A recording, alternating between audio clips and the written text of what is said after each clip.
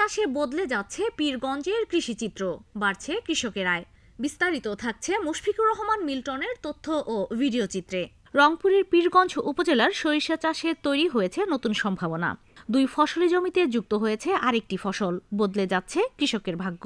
উপজেলার সানেরহাট ইউনিয়নের ছোট পাহাড় ও প্রথমডাঙ্গা গ্রামে এবছর প্রায় 200 বিঘা জমিতে সরিষার আবাদ হয়েছে। আগে যেসব জমি 2 ফসলের মধ্যে সীমাবদ্ধ ছিল, এখন সেখানে সরিষা যুক্ত হয়ে 3 ফসলি জমিতে রূপান্তর ঘটছে। এখানে আসলে 2022-23 অর্থ বছরে আমাদের অফিসিয়ালি নির্দেশনা ছিল যে আমাদের ব্লকের যে 2 ফসলি জমিগুলো রয়েছে এই জমিগুলোতে যদি আমরা 3 ফসলি করতে পারি এবং মধ্যবর্তী যে সময়টা আমন এবং বোরোর 85-90 দিন পরে থাকে, এই পতিত জায়গাটাতে আমরা সরিষার চাষ করে 3 ফসলি জমিতে রূপান্তর করতে পারবো। কৃষক লাবলু মিয়া বলেন, সরিষা বিক্রি করে যে টাকা পাই তা দিয়ে খরার সময় ধান চাষ করা সহজ হয়, তাই সরিষা চাষ চালিয়ে যাব। কৃষকদের মতে সরিষা চাষে জমি ভালোভাবে প্রস্তুত হয়, এতে পরবর্তী ধান চাষে সার ও চাষাবাদের খরচ কমে আসছে।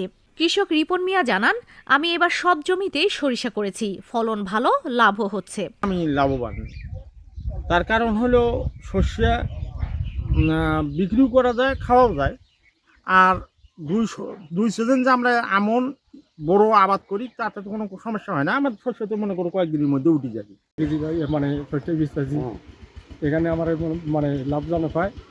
আর জমিটা আমার উদ্ভাব থাকে, মানে একটা হতেই আমার মানে আবাদ করা যায়, ধান আবাদ করতে পারি।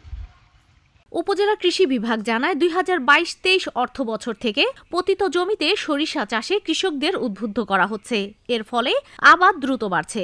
চলতি মৌসুমে উপজেলায় 7350 হেক্টর জমিতে সরিষার আবাদ হয়েছে এবং নির্ধারিত লক্ষ্যমাত্রা অর্জিত হয়েছে। চারদিকে সরিষা ফুলের হলুদ আভা শুধু সৌন্দর্যই বাড়ায়নি, ভবিষ্যতে মধু উৎপাদনের সম্ভাবনাও তৈরি করেছে। কৃষি বিভাগ ও কৃষকদের সম্মিলিত উদ্যোগে সরিষা চাষের এই ধারা অব্যাহত থাকলে পীরগঞ্জে কৃষিভিত্তিক অর্থনীতিতে আসবে আরও ইতিবাচক পরিবর্তন।